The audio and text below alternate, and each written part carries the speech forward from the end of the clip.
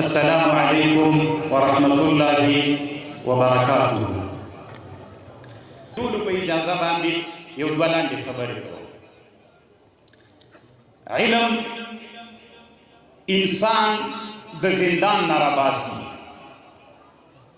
حضرت یوسف علیه السلام چې زندان ته لاړ، نو په زندان کې خپل هغه د حسن جمال و ښایست زندان ته یوړ. کوم حسن چې درلوده هغه حسن ورته دښمن وګرځېد.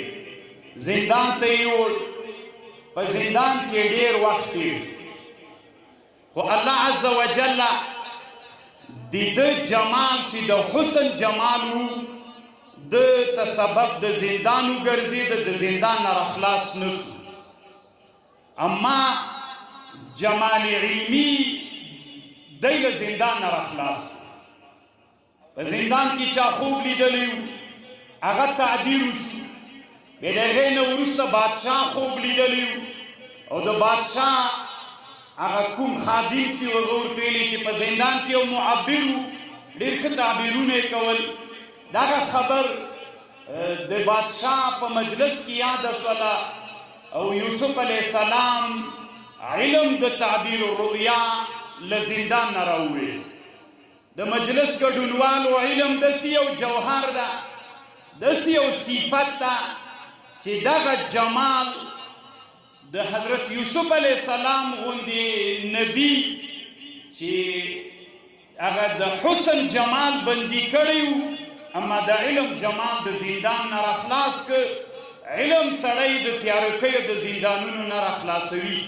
الله دې مونږ علما وګرځوي، عاملین علما چې په دین مو عمل کړی. یو دویمه خبر، علما وی د شهیدانو وینې بهتره دي که د حق علماو د قلم سیاهي. اگر چې دا مسئله که دغسې سړی یادوي، متبادر سړي ته ذهن ته داسې ورځي چې ولې ته د مفاضله ولې کوې، ولې د دې دواړو په مابین کې وایي چې دا افضل ده که دا. په علمي میدان کې د شهید وینې او د حق عالم د قلم سیاهي چې دغه عالم د الله په دین باندې د ده قلم لیکنې کوي، کوم یو افضل ده؟ دواړه طرفه علما ډېر دلایل پیش کوي. علامه ابن القیم رحمه الله په مفتاح دار السعادت کتاب کې لیکي، وی داسې چل به وکړو دغه د شهید وینې دا به هم د یو سړي په شکل باندې فرض کړو او د عالم د قلم رنګ دا به هم د یو سړي په شکل باندې فرض کړو. دا افضل ده که دا؟ قاضي ته به ورسو، فیصله به وروړو. د دغو دواړو په مابین کې چې فیصله کوي، دا فیصله به څوک کوي؟ چا ته دا فیصله وروړو چې داسې فیصله وکړي چې علم بهتر ده، دغه عالم د قلم سیاهي بهتره ده که د شهید وینې بهتره دي؟ دا فیصله به چا ته وروړو؟ دا فیصله چې فکر وکړو عالم ته به وروړو، علم ته به دا فیصله وروړو. یعنې دواړه د شهید وینې د عالم د رنګ سیاهي د دوی مقابله ده، مدعي و مدعا علیه ده. دا فیصله به چا ته وروړو؟ علم ته. اوس به څوک فیصله کوي چې دې کې کوم یو افضل ده؟ علم. مخکې له دې نه چې علم لا فیصله کړې نه ده، مونږ چې د مدعي و مدعا علیه د علم طرف ته چې قاضي مو وګرځو، د طرف ته مو چې ور روان کړ، دې نه معلومیږي چې د علم ډېر لوی منقبت ده، علم دومره لوی صفت ده چې د شهید د وینو او د عالم د رنګ د قلم رنګ د هغې ته فیصلې ته به دوی دواړه ورځي. علم دومره لوی منقبت لري.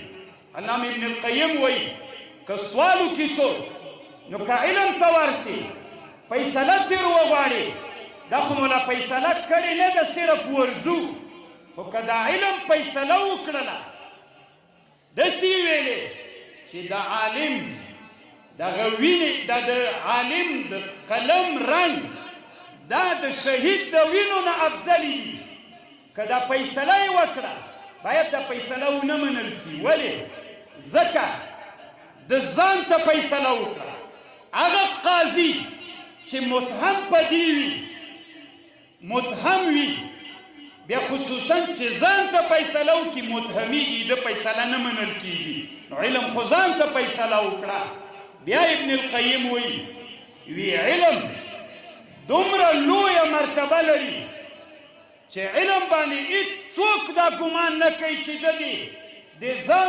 طرفداري کړې وي دا فیصله دې کړې وي ځکه علم دا دومره لوړه مرتبه لري چې د شهید وینې څومره لوی منقبت ده د فیصلې دپاره عالم ته ورځي علم ته ورځي عالم به فیصله کوي الله پاک دې زموږ په وطن کې داسې علما چې په حق باندې قلم وچلیږي په ژبه په حق باندې وچلیږي الله دې ډېر کړي الله دې دیني مدارس دینی خدمتونه لا ډېر کړي الله پاک مو دې علماو ته د دې توفیق ورنصیب کړي چې د نن عصر مشکلات علما حل کړي دا ډېره مهمه ده علماو کله چې د برهان الدین مرغناني په زمانه کې نوازل او فقهي مسایل راغلي هغوی حل کړي موږ چې نن کومه زمانه کې ژوند کوو د نن زمانې مشکلات د دغه علماو دي